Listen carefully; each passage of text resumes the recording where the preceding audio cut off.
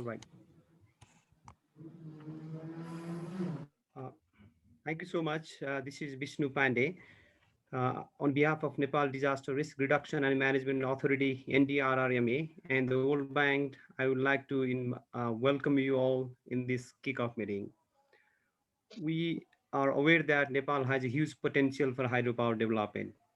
However, the water resources development initiatives in the Himalayan river basins are also exposed to multiple risks or the risks to multiple hazards. So in this context, we need to have some strategy on how do we address those multiple risks to hydropower development for securing our investment. So in this context, NDRRMA and the World Bank has taken an initiative for developing disaster risk reduction and management roadmap for Arun River Valley in the Nepal. So this meeting for the next 1.5 hours is a kickoff for that initiative. So this program will be started with an opening remarks from Anil Pokhrel, the CEO, Chief Executive of NDRRMA. That will be followed by a remark from the Ministry of Energy, Water Resources, and the Irrigation. And then there will be a remark from the World Bank on launching of this event. And finally, introduction of the program by AFRI team, which is consultant for this initiative. And that will be followed by question and answer, and finally a closing. So without further ado, I would like to invite Mr. Anil Pokhrel, Chief Executive of NDRRMA, for a welcome note as well as introducing objective of the program. Anil, sir, the floor is yours. Thank you. Thank you so much, Dr. Pandey. Welcome to all delegates in this kickoff meeting of disaster risk management roadmap for the Arun River Valley. I'd like to mention that this is organized in two sessions, and today is the first one focusing on the introduction of this disaster risk management roadmap initiative. And there's going to be another one on the 25th June focusing on addressing the disaster risk in the especially in the hydropower development sector. As you all know, water resources development for hydropower and other uses, such as irrigation and others, so much of, again, is a challenging issue, but also such an important issue as well. We've just recently witnessed another major catastrophe in one of mountain basins, the Indravati Basin that includes Melamchi River. We are in the midst of a massive response and a relief that also includes, again, searching and rescuing more than, again, 2,000 people who are still lost. We fear that they are already they're dead. And so what it really indicates us is, again, this setting, the Himalaya setting, has such likely risk that is hardly understood, and it has larger repercussions for our future infrastructure building, but also more importantly to make Nepal a resilient country and a prosperous nation as started by our government. So to understand risk and to use that information to develop our hydropower sector, including other infrastructure, is such an important task. It's even more so important because we're thinking of, again, large-scale hydropower sectors projects in basins such as Arun River Valley. We're really pleased to again be part of this dialogue today, and to, more importantly, get the support from the World Bank for this particular initiative in developing a disaster risk management roadmap for the Arun Valley. As you know, again, this valley is pretty noted around, not only within Nepal but also globally, for the pristine water that it carries it with, but also has a large potential for generating hydropower, and to really help Nepal become prosperous. I'd like to mention that there's been planned for investments of over $6 billion in that river basin alone. So in this context, I'd like to again thank Dr. Martin and the AFRI team for again really working hard to pull this team together for an excellent, again, and a distinguished team of experts to develop this roadmap. We're really confident that this study team will be able to kind of really help us really glean out lessons using both scientific and and technical studies, and carry out extensive discussions with relevant experts and institutions, help us again really understand the complex nature of risk, and to help us come out with an output, with a product that's really context specific and practical, to really translate those actions into the design of hydropower structures, or maybe others, future settlements, roads, hydropower, nodal transmission lines, and other infrastructure projects. This roadmap is, as I said, is really linked to the national prosperity, and it aims to contribute to the investments of the security of hydropower projects, and thus contributing to the energy security as well as the national economy. At this outset, I'd also want to mention our recent experience, particularly this week, what we've gone through in the Melamchi River Basin. We're really fortunate on that very day. We happened to decide to close the tunnel, open the gates, and to again start working on the testing of the tunnel. We're fortunate on that day in that sense that had we not opened the gates and then perhaps allowed that water to continuously flow into Kathmandu, there could be different kind of scenarios. One, a likely scenario is that the flood would have come and reached all the way up to Kathmandu, or perhaps even the tunnel would have collapsed. Our investments in that particular valley, especially in the interbasin transfer of this water, would have particularly wiped out.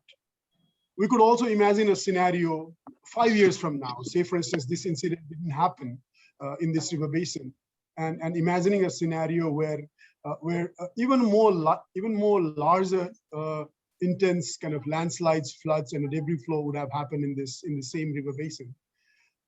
What would have happened by then? A likely scenario is that again we'd have perhaps buried all our open dug wells, or kind of again pulled out our hand pumps, forgotten our pumps, like electric pumps, and not repaired them. The water tankers would have perhaps lost their business and perhaps moved on to something else, perhaps ferrying milk or perhaps fuel. So a total dependency only on the Melamchi transfer of this water. And then imagine a situation 5 years from now, it's such a similar incident happening in this valley. That would perhaps could be called a catastrophic event. And so these lessons, such as the one in Melamchi, more importantly, what we've also kind of experienced, such as the ones in the Sethi floods, where a small avalanche took 72 lives, scores of again other houses and settlements been wiped out. A lot of infrastructure has been wiped out. We've also recently kind of experienced Chamoli, the disaster that we've experienced in India, in Uttarakhand. These are the likely signature events that kind of really puts pressure for us, particularly for the NDRMA, to really work together with international experts around the world and to get their support and advice and to really understand these risks in such a very fragile and a complex situation. This is where we need again the World Bank team support to really take this forward. So also wanted to kind of like really share our appreciation to the World Bank team to really put this together, and again jointly with AFRI and Dr. Martin again to pull this team. So this is why it's really important. On our part, the National Disaster Risk Reduction and Management Authority would also want to announce that we're working on preparing to launch a disaster risk reduction and management. Especially in the hydropower sector, we'd want to kind of establish a DRM hydro hub. The whole objective is to set up a hub, particularly for the hydropower sector, in collaboration with national and international partners across the continents, and with support from the World Bank and specialized agencies such as the NASA from the US, the Potsdam Institute, Germany, University of Massachusetts, Amherst, USA, ICHAR, Japan, University of Cincinnati, USA, ECMOD, and a lot of other institutions that are working on this particular area of interest. We'll be soon be launching this knowledge hub, and this hub is going to aim at really mobilizing and institutionalizing again cutting-edge science and technology in the areas of disaster risk reduction management, and in particular, understanding risk in such a complex terrain, focusing on the hydropower sector, and to be able to kind of, again, use this information for designing, planning the hydropower projects. This information is going to be of tremendous help, not only to the hydropower sector, but to any other sectors, namely around settlements, around water supply, irrigation, transport, road, and other sectors. With this note, I'd like to welcome you all to the program once again, and really would want to share our appreciation on behalf of the DRMA for sparing your valuable time with us and for these deliberations. I really look forward for your active engagement in today's session. I'd like to request, if possible, to kind of turn on your cameras as well. This allows us to really know your faces, again, fix your faces against your names.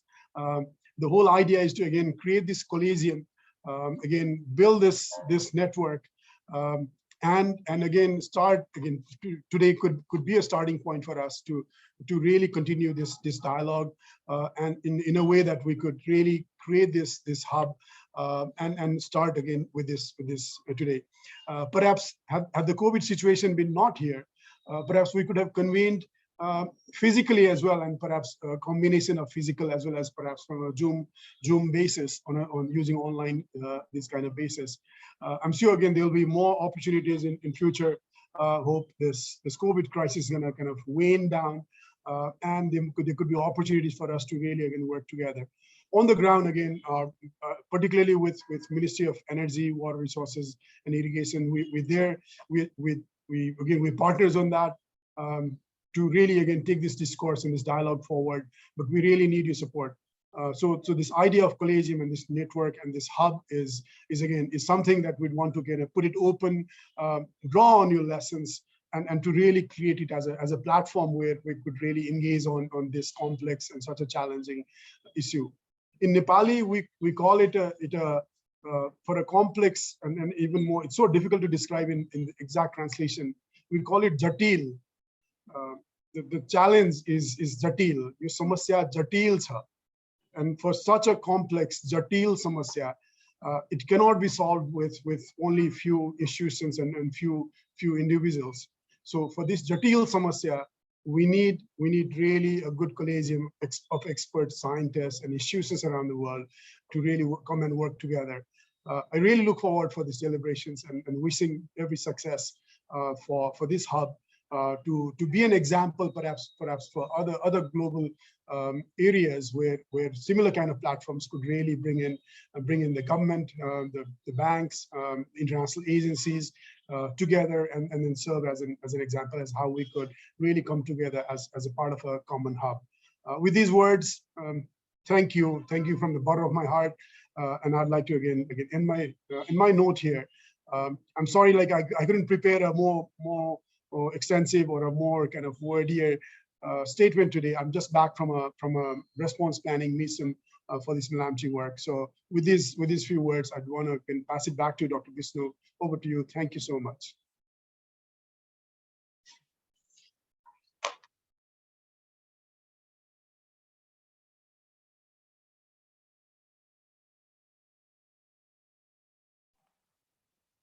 Vishnuji, you need to unmute.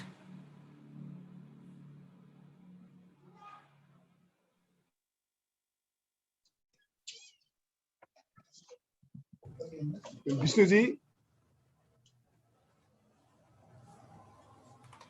I think we might have lost Vishnuji. Yeah, So, he mentioned that his internet is not that great, and he's facing some difficulties. So he asked me to also kind of chip in when he was unavailable. So the next in the agenda, I think, is a small deliberation by the Ministry of Energy, Water Resources, and Irrigation. We have Joint Secretary Mr. Ram Gopal Kharbuzar sir. So over to Kharbuzar sir. Thank you. Okay. Namaste. Good afternoon to all. First of all, Uh, I'd like to thank the organizers for providing me this platform to speak about the disaster risk management roadmap. Actually, my secretary, Mr. Devendra Kargi, he was busy in another meetings. So on behalf of him, I was supposed to speak in this platform. Uh, First of all, uh, the our national goal to achieve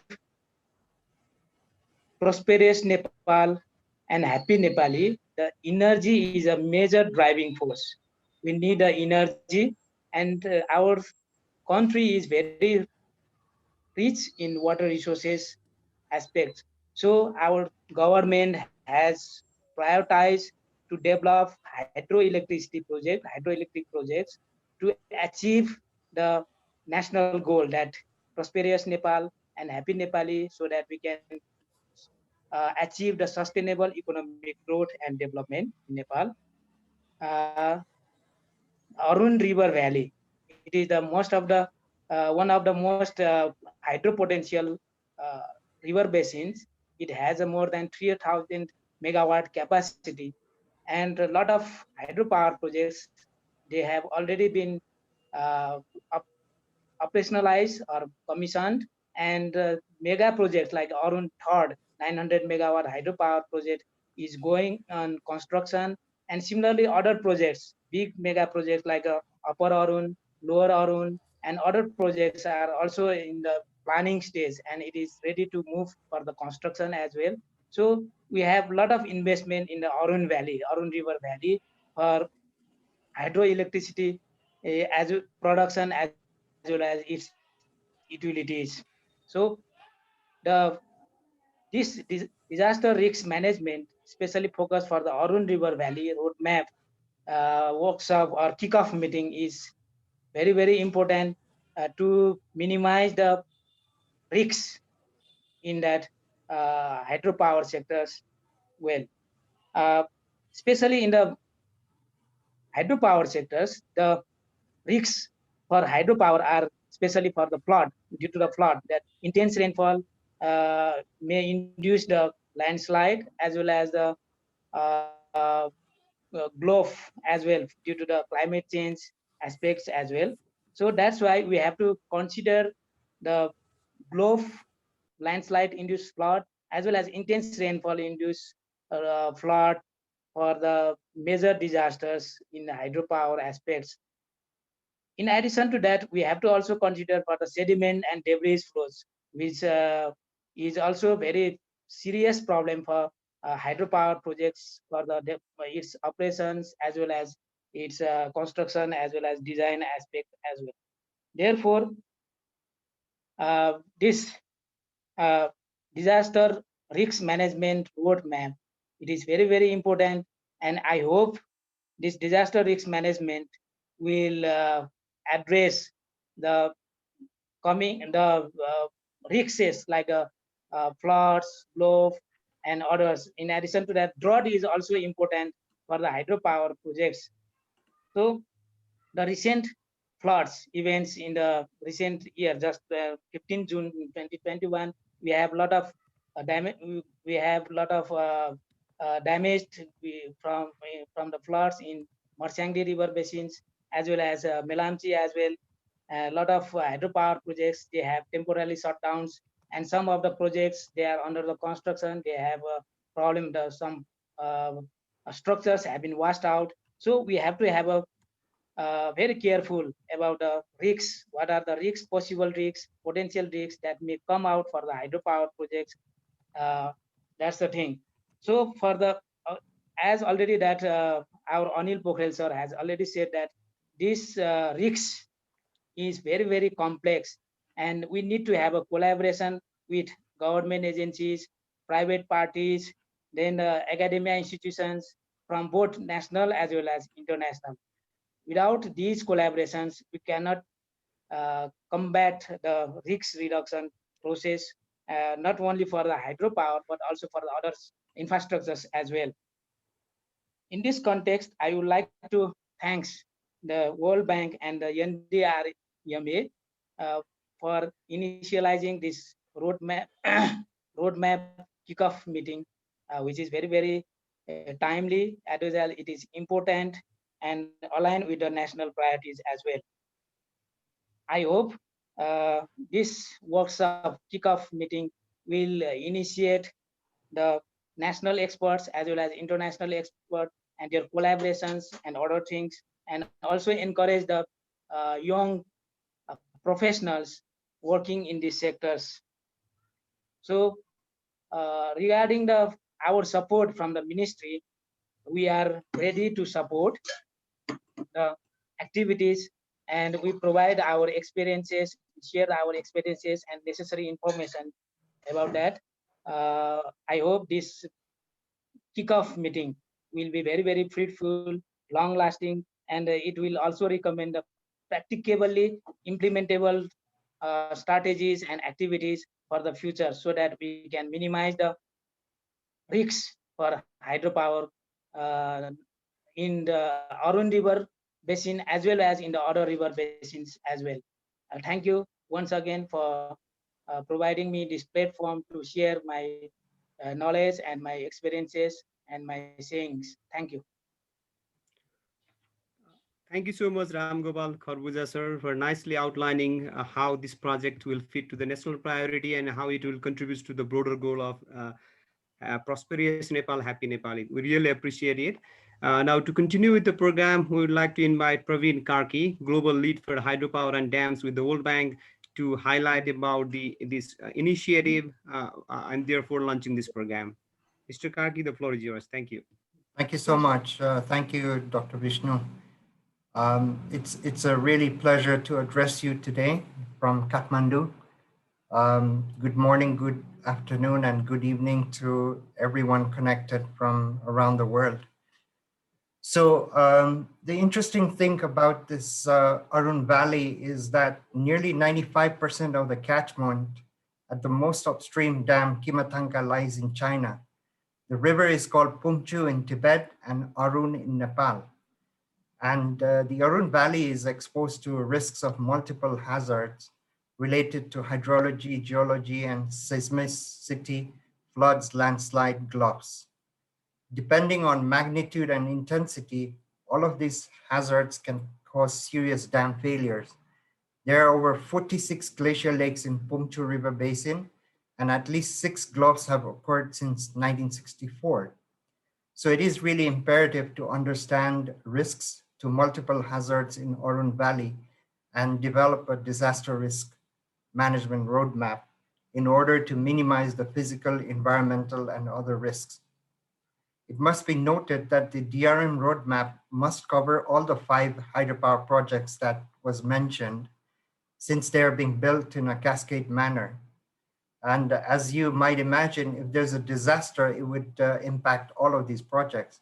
So to address the need, the World Bank has initiated a study entitled Resilient Hydropower and Disaster Risk Management in the Arun Valley. You will hear from AFRI, which was competitively selected for this study. The government of Nepal, including the NDRRMA, the apex government institution handling DRM in Nepal, has taken very keen interest, as the hydropower sector is the main supplier of electricity to the nation and needs to be very carefully planned. You may have heard about the event that happened in Tamakoshi, which is about to be commissioned. So the risks are always there, and bringing cutting edge science and technology to help the sector in this aspect is important. And as you've heard from the ministry, the government of Nepal has an ambitious plan of developing hydropower and dams in the future. So we're very pleased to hear that NDRMA is considering establishing a knowledge hub on DRM in the hydropower sector, which shows the commitment of the authority. And I must thank the CEO, Mr. Anil Pokhrel, for taking the leadership in this respect. So the webinar, what we are trying to do is really bring the best cutting edge expertise in this field and we have 2 sessions. Hopefully, you'll be able to join both of them. And we have a chat room open. Please post your questions there. With this, let me just finish here my short intervention and pass over to Dr. Pandey. Thank you. Well, thank you, Mr. Karki, for sharing what the program is about and how is it important in the broader context. Now, we'd like to invite every team led by Dr. Martin for highlighting overall program or the overall study plans and what we expect to get at the end of the day. Dr. Martin, now please go ahead.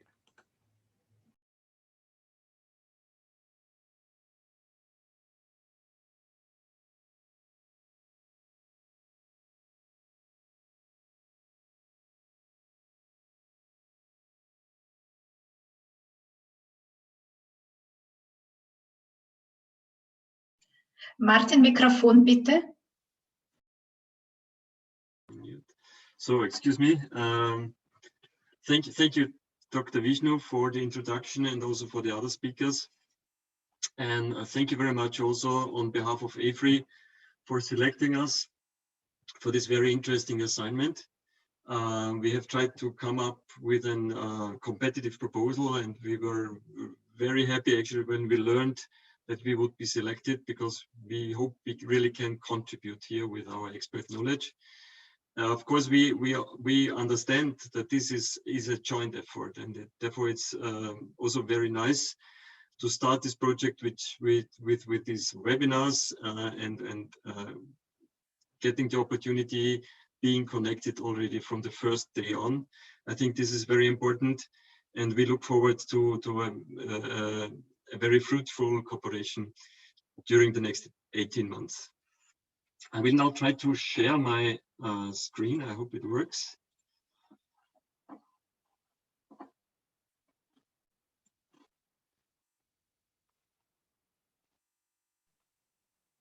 Yes, we can see your screen. Okay, thank you. Yeah, I think it has already been mentioned that the World Bank has procured these expert services. The title of the project actually is Resilient Hydropower and Disaster Risk Management, Nepal, Arun Valley. And I will just give a brief introduction into this assignment. So I'll first present the consultants team, talk about the project background, the main components of the project, methodology and work plan, schedule, and most important, also the expected outputs. AFRI is a global engineering and consulting company. In total, I think we have 16 or 17,000 employees. The majority of the AFRI companies is in Europe, but actually we have global presence, especially in the hydropower sector. We work on all continents. Also in South Asia, Southeast Asia, we are very present. AFRI Austria, which is the Austrian legal entity of AFRI, will be the lead consultant in this assignment, and we will be supported by a number of regional AFRI offices in South Asia. Probably most relevant is our office in India, and I think some of my colleagues from AFRI's office in India are participating into this webinar. In order to build a strong team, we have partnered with Geotest from Switzerland. Geotest will be our international sub-consultant. They have quite strong expertise in geohazards and in disaster risk management in general. Bernhard Krummenacher from Geotest will also be the team leader, especially for the for the risk part that is related to geohazards. And there will also be a supporting expert from University of Zurich. So we have, so to say, also an Austrian component and a Swiss component. And then we were lucky to find also a strong local sub-consultant, Total Management Services from Nepal. And they have already significant project experience in the Arun Valley. They have provided a number of engineering services to different hydropower projects there. And they will also be supported by a number of experts from Tribhuvan University in Nepal. So that is basically I would say the team of the consultant. Of course, it is our intention to closely cooperate also with our counterparts in Nepal and with all the stakeholders. And in our team, according as it was requested also in the RFP document, we have offered in total, I think, 13 key experts. Each key expert is covering a specific discipline that is relevant for disaster risk management. I will not introduce all of them today. I think there will be opportunities soon to get to know all the experts. Just would like to mention again the name of Bernhard Krummenacher. He will be the team leader. He is also a DRM expert. I will be deputy team leader, and I will also be project manager, taking care of the administrative issues. My background is in hydrology and hydropower engineering. I also have some background in climate change science. And I think there is actually a very close connection between disaster risk management and climate resilience services. And what we have seen in the last year, these two fields are really overlapping. And I think it is also the intention of this assignment really to cover disaster risk management also in the context of climate change. The background of the project, I think, is familiar to you. I mean, from World Bank's perspective, it is a requirement also for the investment decision on Upper Arun hydropower project that a fully functional and tested disaster risk management action plan will be implemented.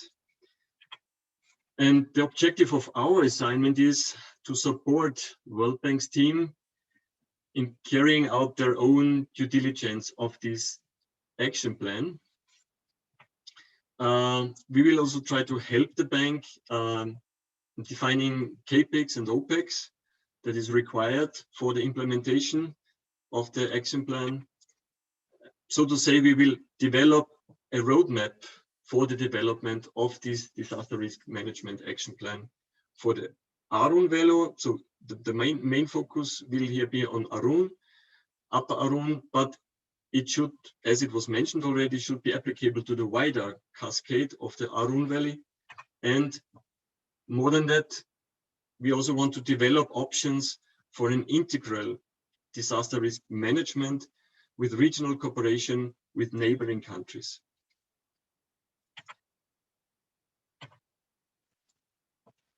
In a nutshell, we can say that our assignment has two main phases. So the first phase is about collecting, analyzing, assessing baseline data.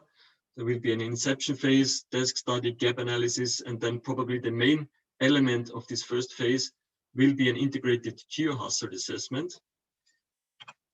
The second phase is more about this wider stakeholder consultation. So in that second phase, we will develop protocols for information sharing, also monitoring. There will be a stakeholder engagement process, and there will be a number of consultations also. An integrated part of the whole assignment is also a capacity building component. I will talk about this later. And of course, very important is that we maintain close communication and connection with the main stakeholders. First of all, the national key stakeholders. Especially in the first phase, we also want to closely cooperate and work together with the hydropower developers in the Arun Valley. We would like to use as much as possible the information that is already existing in different baseline studies. At the same time, also use information from basin-wide studies or cascade-wide studies that have already been carried out. Then in the second phase, the idea is, or the plan is that we involve a wider international stakeholder community from China, India, and Bangladesh. Of course, we also want to learn from success stories and maybe good experience in other countries. So our role is also to identify maybe examples that could also be used here in Nepal, examples for successful transboundary river basin management. So this is also some element that we will try to bring in. Before going into detail on the methodology, just to highlight a few aspects in terms also of the physiographic elements of this catchment. So the river basin is actually quite large. It's like 30,000 square kilometers. As it was already mentioned, the main part of the catchment is in Tibet in China. What is even more relevant also for disaster risk management is the enormous elevation range that is covered by this basin. So I think the lower Arun hydropower scheme is located at an elevation of, I think, below 1,000 meters. And at the same time, we have Mount Everest in the catchment. So the catchment actually covers a range of more than 8,000 meters. And that also tells something about the potential and kinetic energy that can develop here in this basin. So it's probably in terms of this physiographic environment, it's probably unique catchment worldwide. As it was already mentioned, there are quite ambitious and advanced plans for hydropower development. In total, the Arun cascade will be more than 3 gigawatt. This will serve as a backbone for the energy supply in Nepal. So it's of vital importance to manage the risks that are imposed by natural disasters. So we have a quite large catchment and with a wide elevation range. It's of course clear that within the current assignment, we cannot go too much into detail with respect to geohazards. So we have to find the appropriate and a reasonable scale also for this integrated geohazard assessment.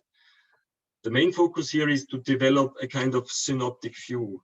So the integrated part here is important to look at different types of risks and to look at this cascade and basin-wide context. Just a few words about the individual tasks. So we are about now to start this project. We are in the inception phase. We have just started the project. And in this phase, which will last for approximately 1 month, we will define the detailed approach for data collection, also for the desk study and the gap analysis that will be conducted in the next months.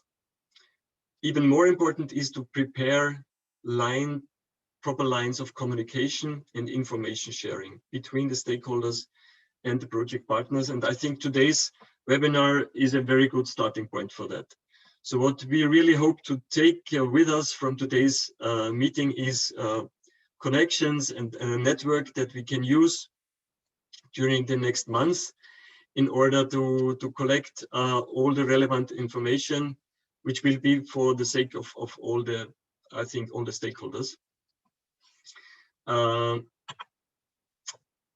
this is not a complete list of stakeholders, it's just something I extracted from the RFP document. So we are aware there is a long list of stakeholders and we will try to involve them as much as possible.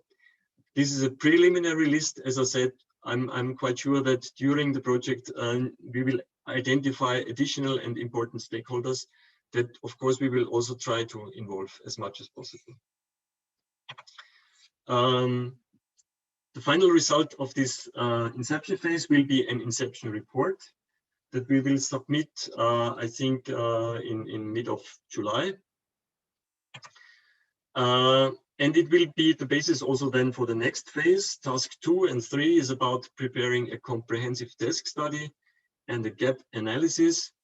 It will start with consultation workshops, and here the focus, I think, will be on the 5 hydropower schemes in the Arun Valley, or on the 5 hydropower developers, the companies and owners of the projects. And it will be very important that that all the relevant information in terms of risk exposure is collected and shared to the extent that is possible. So we are mostly interested in existing baseline studies that deal with seismic risks, geological risks, hydrometeorological risks, glove and climate change risks, and environmental and social risks. So basically, it's 5 groups of risks that we will be looking at. Besides that, as already mentioned, there are already some existing basin-wide or cascade-wide studies that we will, of course, also include in our desktop study. So we will review this baseline information and prepare a summary of the relevant geological and hydrological processes, and also now here climate change comes into the scene. We also will look at the projected changes in environment and climate. The main output here, I think, is that we need to evaluate if there maybe is already a consensus view on the risk exposure, or maybe this consensus view still has to be developed. As a result of this review, we will prepare a gap analysis, which will be included in the initial report, and that will be submitted, I think, 3 months after project start. This gap analysis now will be the basis for the main part of this first phase of the assignment, which is the integrated geohazard assessment. The objective of this integrated geohazard assessment is to remedy identified information gaps where possible and within the currently available resources. It is, of course, clear that within the limited time frame and also budgetary constraints of this assignment, we can probably not close all the information gaps, but we will try to address the most relevant elements. And the list that you see here is extracted also from the terms of reference of our assignment. So key elements of this assessment will be, for instance, event mapping of historical events, process identification, glacial hazard assessment, and so on. So it's quite a long list of, I would say, subtasks that we will perform within this integrated geohazard assessment. Maybe just to illustrate one of these subtasks, for instance, event mapping, which is probably one of the first steps that we will conduct. Here we will try to collect and also present as much information as possible on historical events. And this could be events related to flooding, landslides, debris flow, rockfall, and so on. Maybe just a few words about an overall framework. On one hand, of course, the focus will be on an integrated geohazard assessment, but you know, the main objective of this assessment is to form a basis for an integrated risk management concept. So it's not only about hazard, it's even more about risk management. So on one hand, we will ask the question, what could happen? On the other hand, we will also try to identify the level of risk that should be manageable. So what can happen? These are the two main questions probably that we have to address in order to find out if a certain location, a certain infrastructure element is safe or not. And then based on this analysis and assessment, of course, one needs to develop a plan a plan of measures to be implemented. And that could be prevention, protection, and mitigation measures. I think Bernhard is on the call today, and if there is time for discussion, we can discuss this in more detail already today. But that is, so the overall, I think, risk management philosophy that is behind. That is also I would say, the risk management philosophy that is applied here in Europe, in Switzerland and Austria. Of course, we will not, the idea is not to stick to this philosophy, but the idea of this roadmap is to find the best framework that is suitable for the Nepal case. Then in the second phase of the assignment, we will more focus on this, let's call it, wider stakeholder engagement program. So here we will, first of all, in task 5, I think, develop protocols for information sharing and monitoring. So we will try to identify possible ways of sharing disaster risk management information. We will review mechanisms for community engagement. And quite important, we also have to assess institutional arrangements, regulatory and legal framework that is already existing in Nepal or that still has to be developed. In task 6, we will then test these initial protocols. We will do these protocols for information sharing and also monitoring. We will do this first with a group of selected stakeholders in Nepal.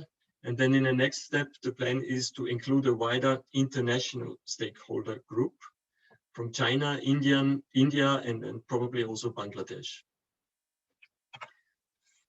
And there will also be a final phase of further consultations, where we will have a series of workshops, consultation workshops with different national and international stakeholder groups to refine these protocols and also to finalize the roadmap. And a quite important element of this, I would say, last step of the assignment is also to prepare a cost estimate for the disaster risk management action plan. As I mentioned already, an integrated task of our assignment is also a capacity building element, and we will try to provide such capacity building elements during all phases of the assignment. So that will be simply by closely cooperating with our project partners and main stakeholders, also to closely work together and do some training on the job. And at the same time, it is planned to organize a few webinars, training workshops on innovative topics in disaster risk management. I think, we still have to discuss, but I think these webinars could be open to a quite wide public, and also involving younger professionals, as this one was already mentioned earlier. Just very briefly, project schedule. As I said, this is an 18-month assignment. Project duration is 1.5 years, and we are just about to start the project. So the goal is that we submit the final deliverables, which is the final report and the roadmap, latest by the end of the year 2022. of course, there will be many important deliverables that will be supplied earlier. Maybe also to mention, because of course it's very challenging times, and COVID makes traveling quite difficult. But it is planned, and I really hope that we will able to conduct this visit, to do a site visit of the Arun Valley end of October this year. I hope the COVID situation, both in Europe and in Nepal, will allow to conduct such a site visit.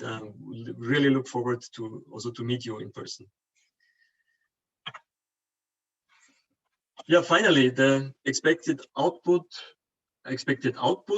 of the assignment, and this assignment is based on the elements I have already explained. So a desk study, including a gap analysis, integrated geohazard assessment. Then we have these protocols for monitoring and information sharing, and there is a stakeholder engagement and capacity building program. And this assignment will result in a roadmap for the implementation of the disaster risk management action plan. So that is actually the main output of the assignment. It is the roadmap. And that roadmap, of course, includes a number of different elements. So from this integrated geohazard assessment, we will develop a much better understanding and holistic understanding of the hazard and risk profile of the Arun Valley. And we will also identify gaps that are still existing, so additional studies that have to be undertaken. We will also address the requirements with respect to institutional arrangements, regulatory and legal framework for modern disaster risk management. Quite important, we also will develop options for regional cooperation, also at the transboundary context, so with upstream and downstream countries. Then we will prepare an implementation schedule for the disaster risk management action plan, and together with a cost estimate, both CAPEX and OPEX side. And we will do this, and basically this disaster risk management action plan, of course, needs to be prepared in a manner that it covers both the construction and operation phase of Upper Arun and the Arun hydropower cascade, because disaster risk management during the construction and operation phase probably has quite different aspects. So this is something that we will clearly distinguish: construction and operation phase of these hydropower developments. Yeah, last but not least, as I said in the beginning, we're really looking forward to working with you on this interesting project.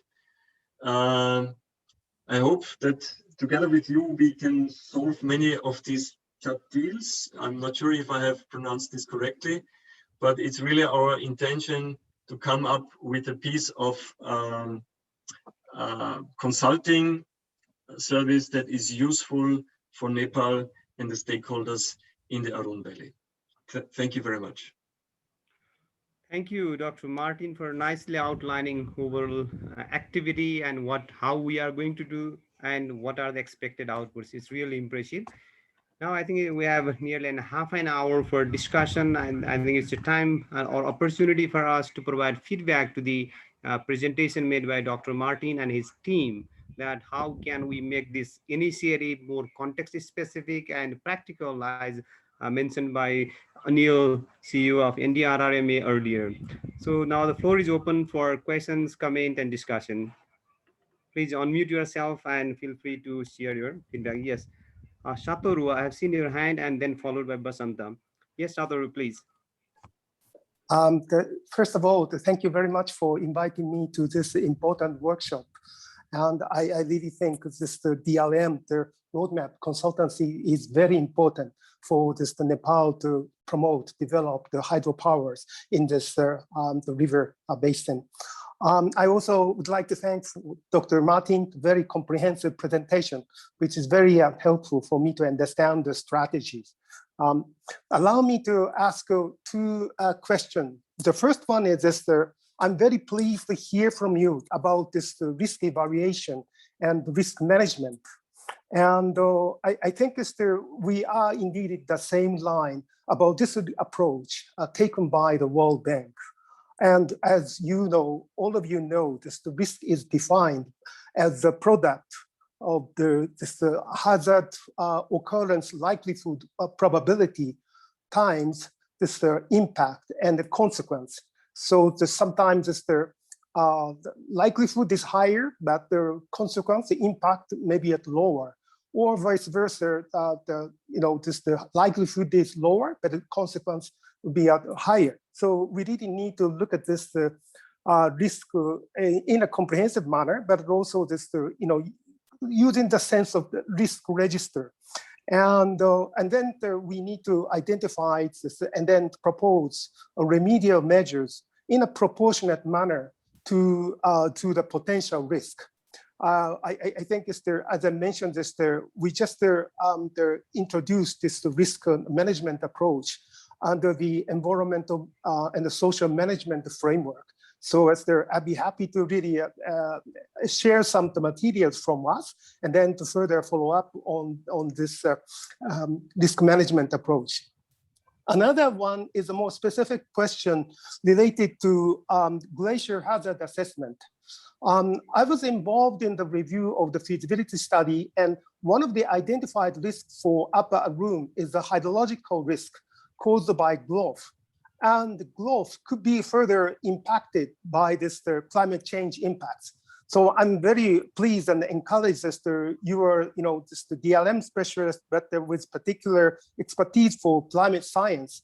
And my question now is this, to what extent this consultancy would undertake additional glacier hazard or risky glaciers identification, and then the assessment of the risk. Again, the likelihood of failure, also just looking at the glacier volume or condition of this moraine dams and so forth. Some studies, good studies have already been done by the feasibility study, but I think given this let's say the criticalness of this failure mode by the growth and the potential impact by climate change, further assessment would be very useful. I think it's helpful for understand the risk against the dams.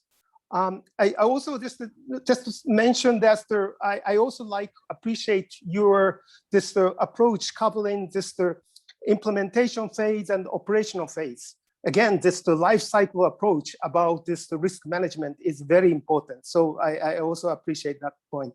So I think I took the time, but I appreciate your feedback. Thank you very much. All right. Shall we take a couple of more and then respond at a time? Dr. Martin, will that be okay? What do you suggest? Yeah, but I think actually that there were, we can maybe continue, but I need to take some notes, otherwise, all right, maybe otherwise you can respond now and then that one, because it was actually I think three items were addressed. First of all, I think this probabilistic risk approach, which I personally like very much, and it's the traditional risk approach used, I think, in engineering risk. And I've always tried to promote that, and in the most recent years and decades, I have seen that it's more and more accepted. Also in the I would say in the field of geohazards, which was not always the case. The challenge here is, I think, I come from the, let's say, hydrology side, and in hydrology, it's quite easy to define return intervals given that you have a sound database. It's much when we talk about the likelihood of an event, I think it's much more difficult when it comes to the geohazard side, and that is the challenge also of applying a probabilistic risk approach also in the field of geohazards. But I'm fully convinced that we have to go that way, and that we have to apply this, let's say, risk philosophy also for geohazards. Also, simply because if you want to prioritize measures, mitigation measures and investments, of course, you have to look at those let's say hazards that pose the highest risks. It's purely an economic background for that. And also, if you talk to, for instance, to the insurance industry, then the first thing they will ask you two questions. What is the likelihood, and what will be the costs? So I think, therefore, it's extremely important that we follow this probabilistic concept also in the field of geohazards. Second question was, I think, related to glove. Yes, the glove is part of our terms of reference to also look at the glove risk. And as part of our assignment, not sure if I recall it correctly, but I think we have to identify glove potential, so lakes that could create a lake outburst flood.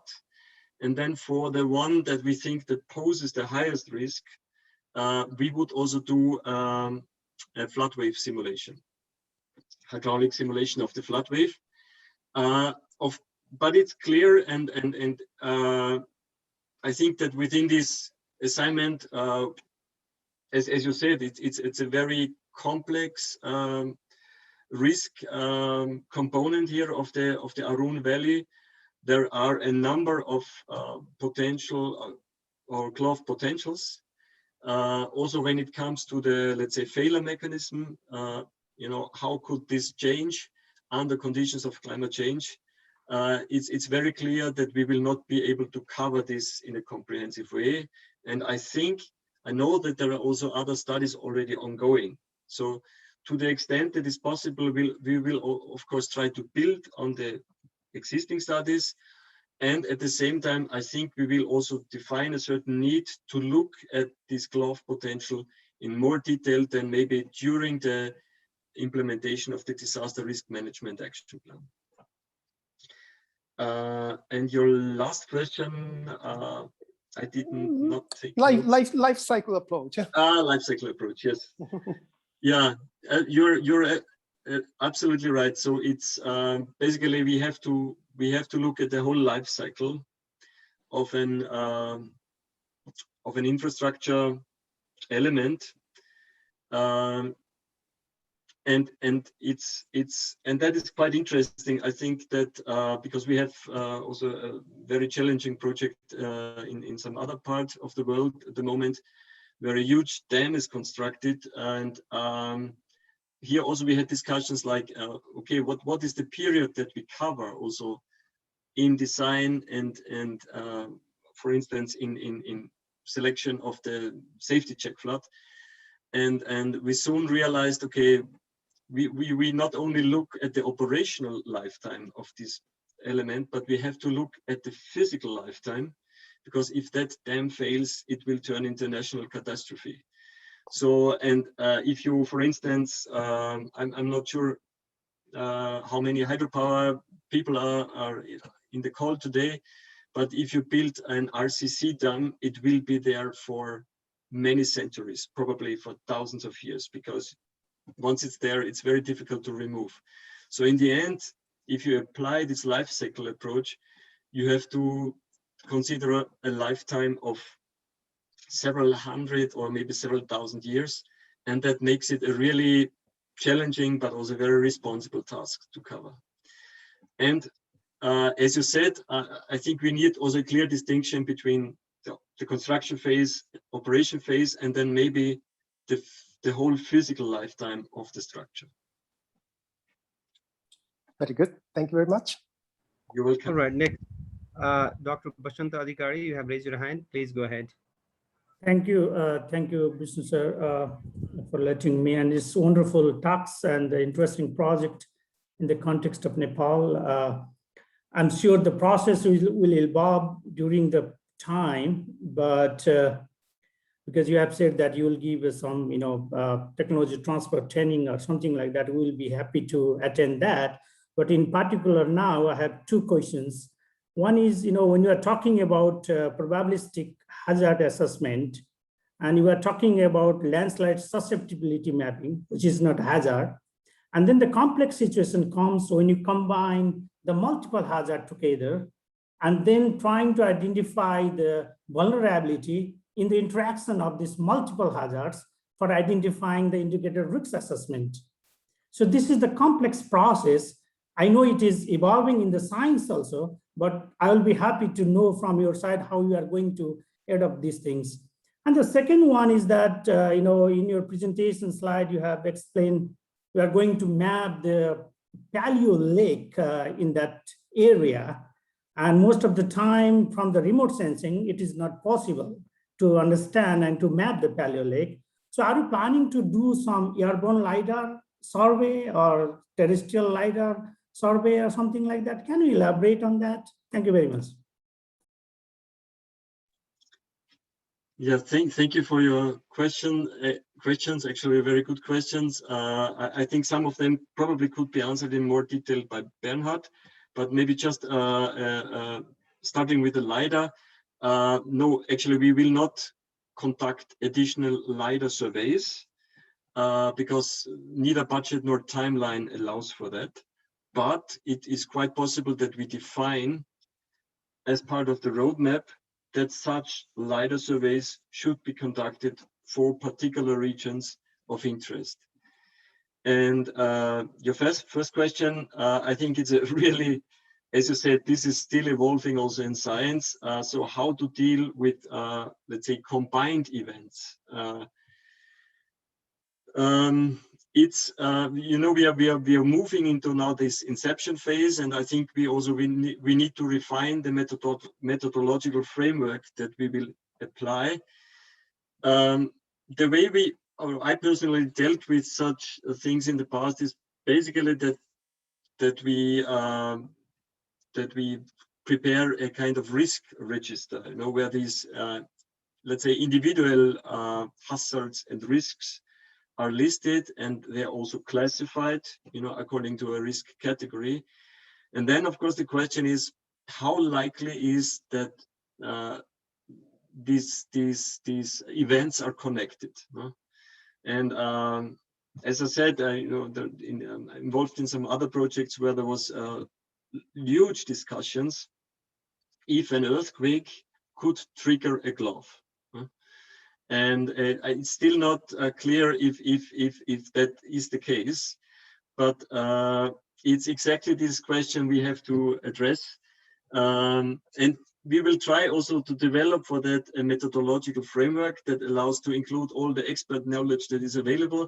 But for sure, a lot of uncertainty will remain. And from my experience, I always recommend in cases of such deep uncertainty, to be conservative, to assume that, if this is a very important structure, dam or whatever, then if there is some doubt on maybe on the possible combination of events, then it's better to stay on the conservative side and then to assume that, a glove could be triggered by an earthquake. Thank you. Vishnu, can I just say a few words on, Please. Yeah. Yes, please. So, I just want to say that the AFRI work will benefit from a separate work that NASA will undertake. And we've commissioned NASA from the US, the landslide group led by Dr. Kirschbaum, Delia Kirschbaum. Together, the team has pioneered new methods to characterize, model, and map landslides from space, leveraging Earth observations and models. So Kirschbaum team has developed landslide mapping systems, global landslide susceptibility methodologies, hazard and exposure maps and models that are widely used by the community. So you'll hear about this in the next session. Please join us, Dr. Kirschbaum team and Bukara Mathieu. They will present this, they'll talk about this. Thank you. Thank you, Praveen. Are there any other comments or feedbacks or questions, please? It will be really a good time to provide feedback so that it will be more useful product at the end of the day.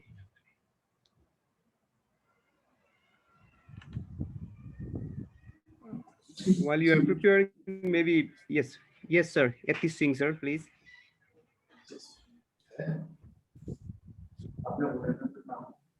Oh, sorry. No.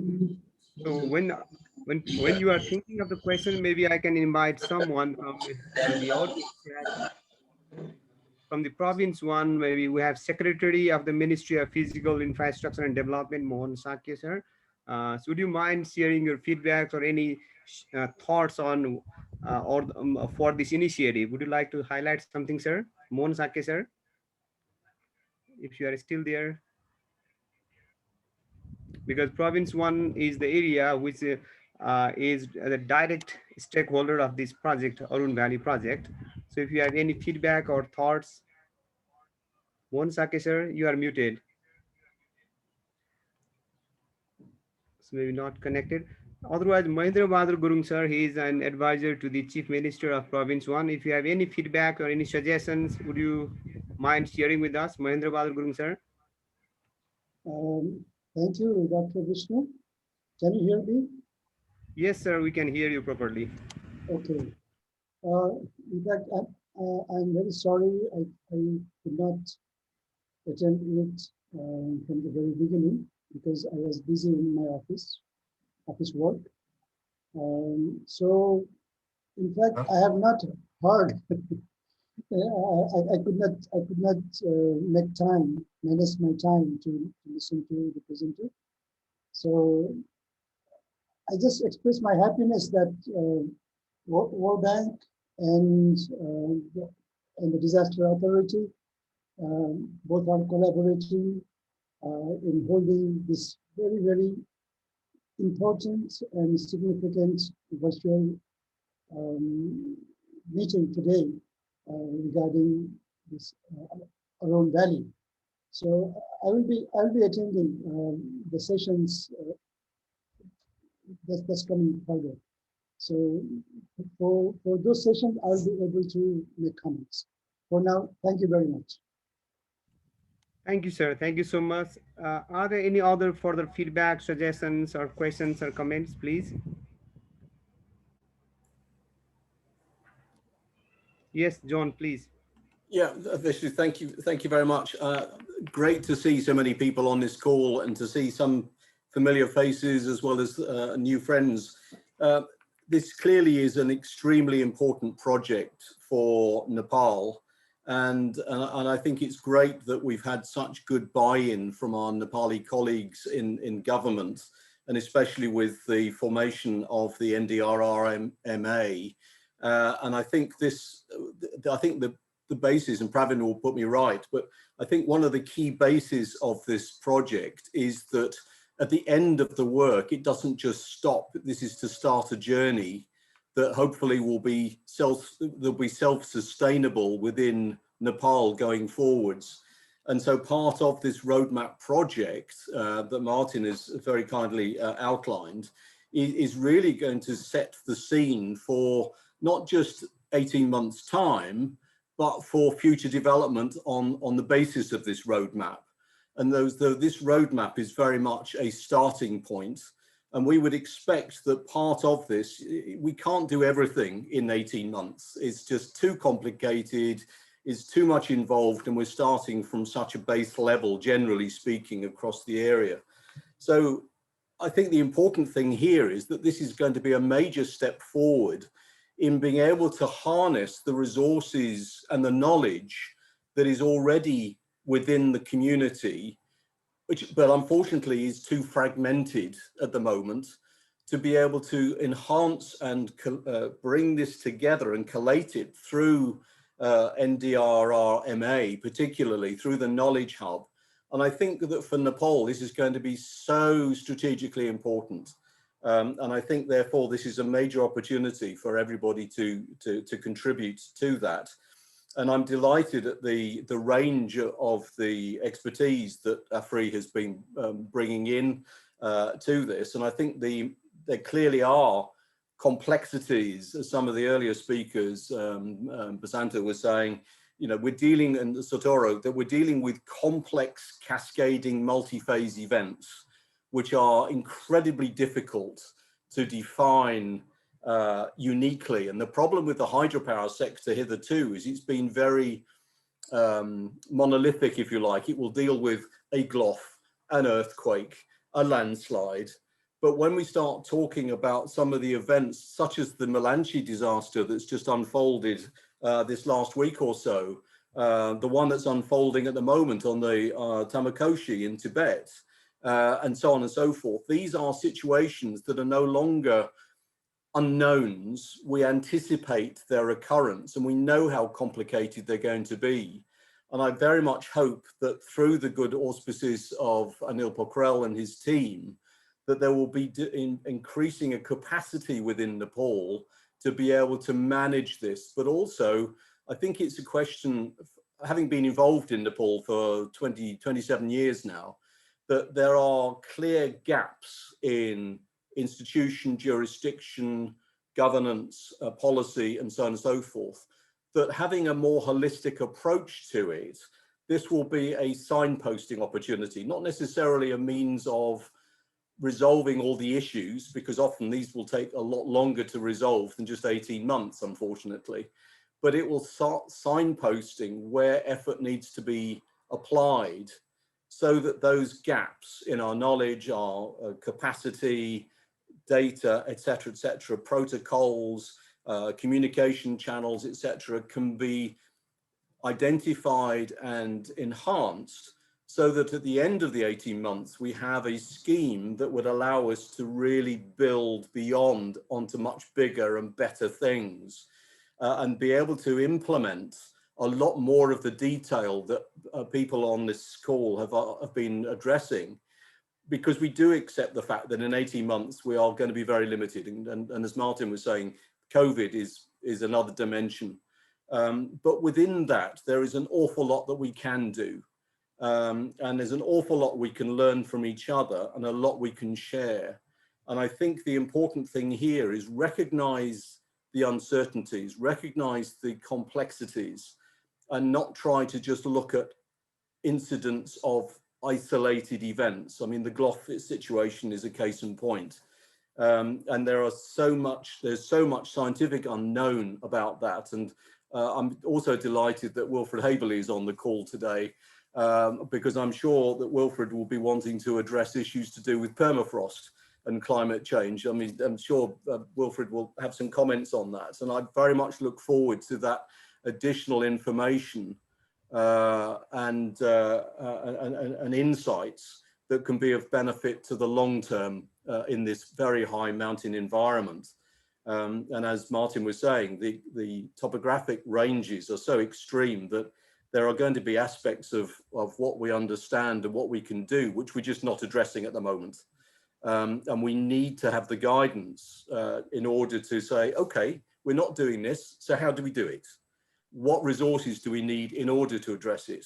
And so on and so forth. So I welcome people's feedback, and also reiterate what Pravin was saying about the importance also of Friday's webinar, when we can discuss this in a bit more detail.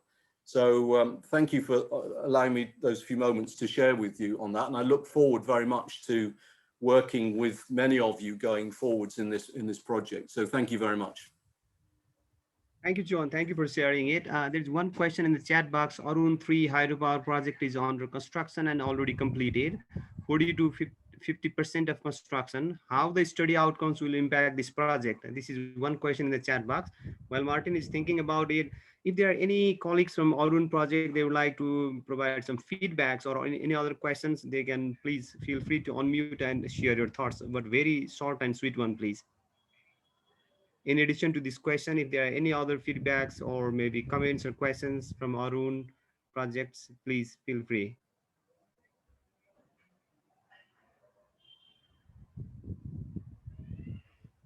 No, otherwise, maybe Dr. Martin, would you like to respond to this query?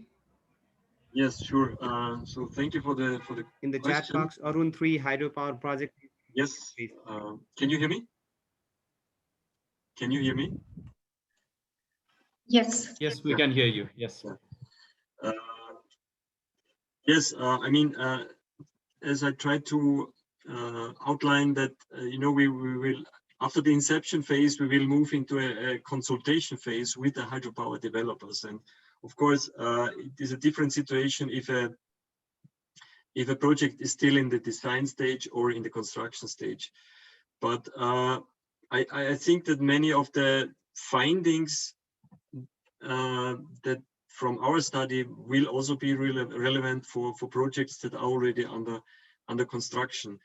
I don't really think that the main output of this study will be like recommendations for adjusted design. It is more about how to manage the overall disaster risk situation, and what kind of, you know, early warning and other measures could be implemented.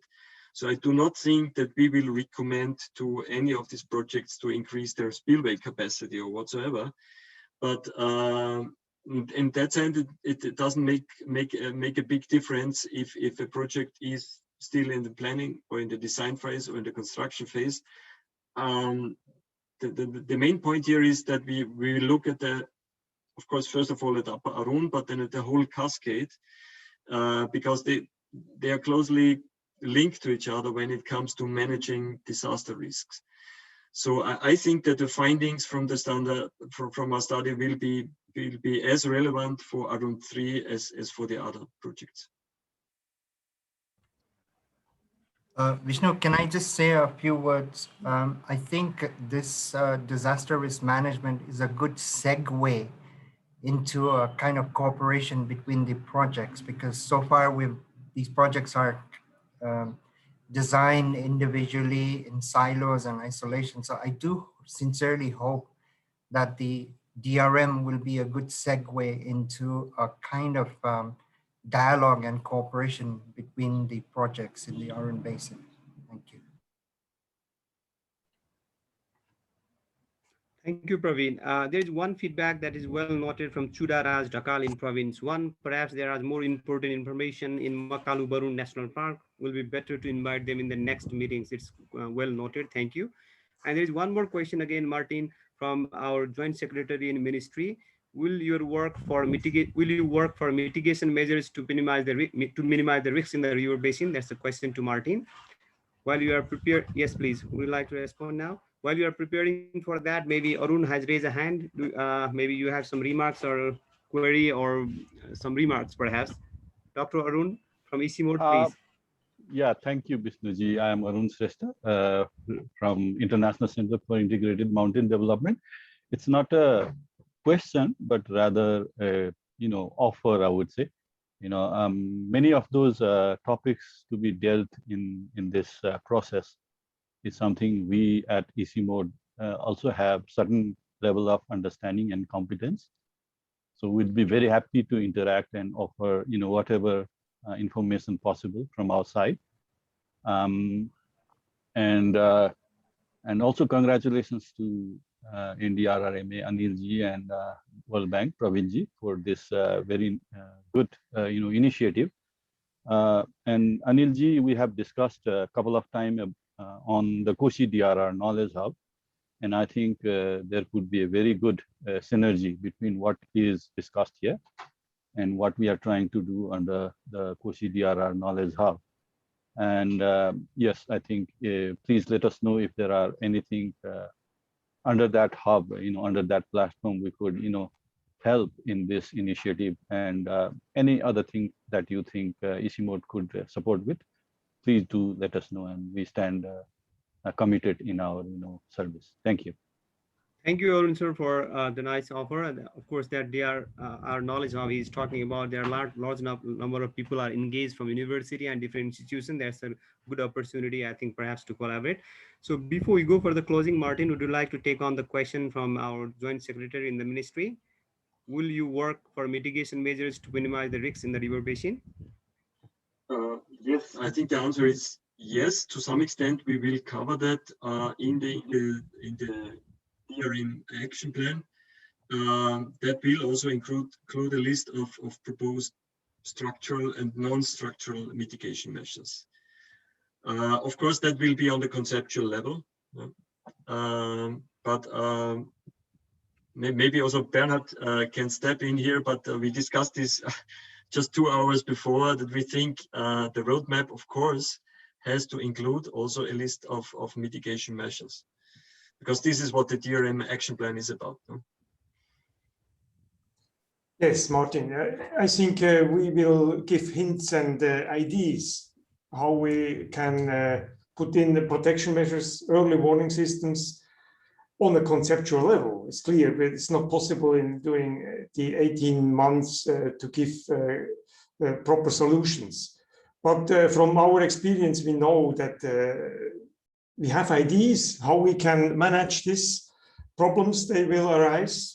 And they're already known, and we give them in our reports some ideas how we can manage it. And we have the experience. We know how are the costs, and at the end, it's the solution must be to find the best cost benefit, risk reduction on the one hand, and the cost of protection measures on the other hand, and somewhere in the middle is the optimum, and we have to show a way how we can reach this aim.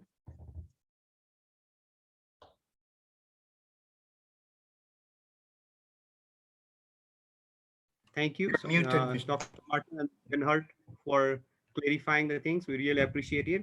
I think we are almost around the end of this 1.5 hour session. We really appreciate your time and also the critical inputs by engaging in the discussion.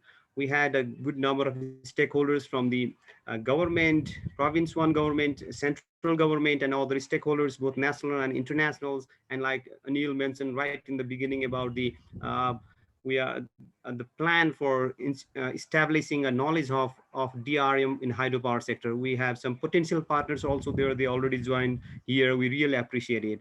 With this, now I would like to invite Mr. Anil Pokhrel from NDRRMA for a closing note. Anil sir, please, I would like to invite you for the closing note. Thank you. Thank you, Professor Pandey. Thanks once again to all distinguished speakers, participants who've kind of joined this discussion from different time zones around the world. This has been so timely, given that again we've been witnessing these kind of signature disaster events already. This is again, as mentioned earlier during the discussion, this could be again most likely due to climate change. Most like some of those hazards might not be related to climate change. It could be a natural hazard in itself. But to understand this dynamics in the context of again risk and future planning, and that too from a life cycle approach, is something that is of really appreciated by everyone, and in particular the agency, the national authority that's asked to really look into all these aspects of the disaster risk reduction and management. What I really see is the need for such platform that brings in various relevant ministries and departments from the government, including the provincial and the local governments. We mentioned about the Makalu Barun, the even Ministry of Forest, Conservation, and other ministries and departments are also equally parties to it. But more importantly, again, the role of academicians, researchers here locally as well, such as the ISIMO, the Institute of Engineering, a lot of academic institutions who are teaching this, doing those researches, and international institutes who have been able to really help us guide in the past, but also could be potential in the future, is something that we really appreciate of. As we go along, again, what we really see is from the deliberations that we know that there's a time limitation of 18 months to deliver this particular risk assessment.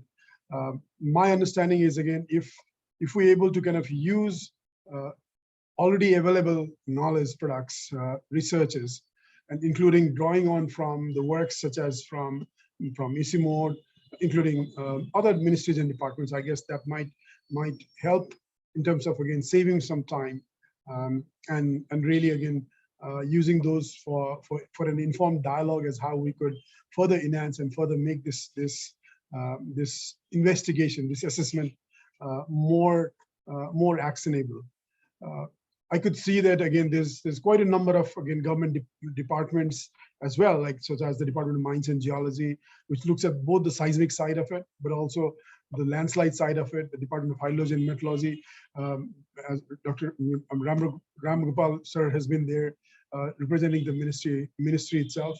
But we could see, again, there's a lot of departments as well who could really be able to kind of like benefit from this work and learn from this approach of undertaking a multi-hazard risk assessment approach.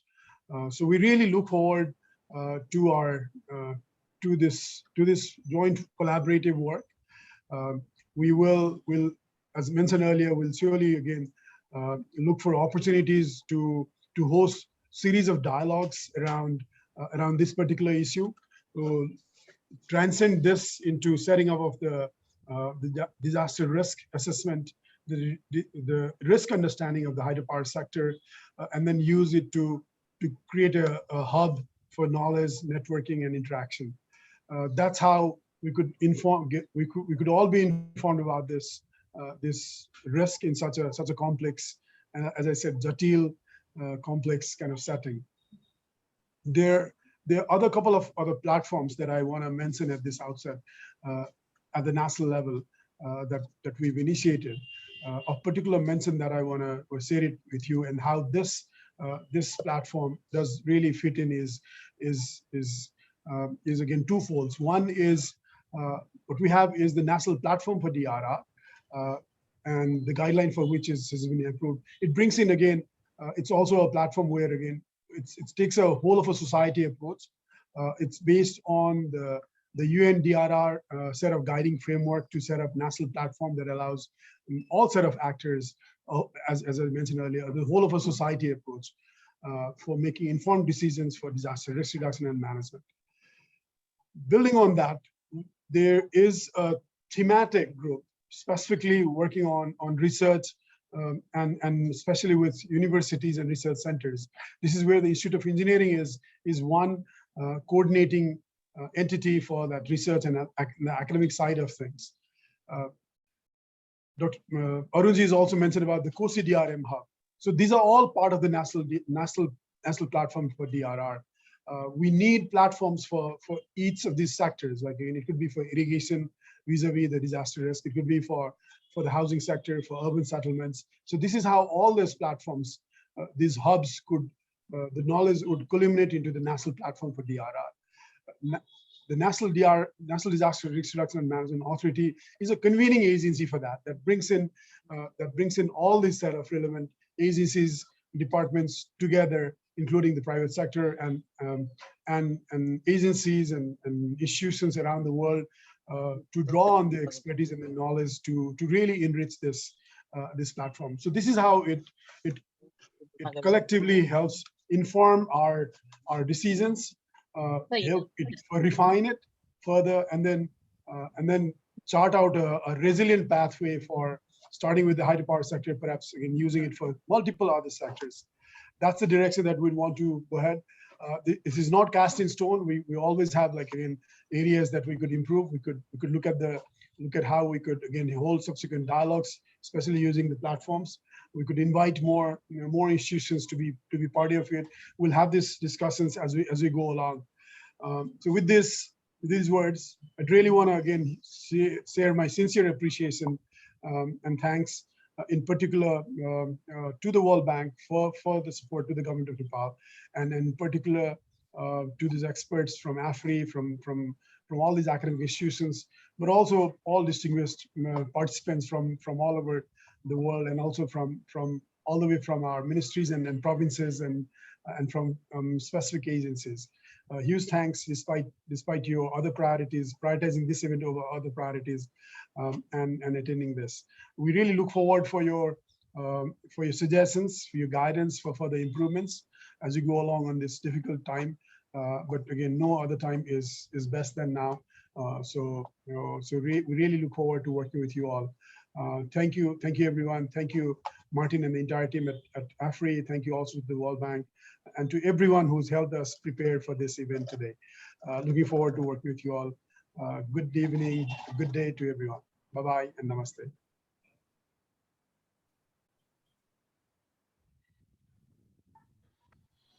Thank you so much. Just one more information. Thank you, Anil sir, for formally closing the session. One more information. There are 2 comments or the information in the chat box, which we will be providing to AFRI later on.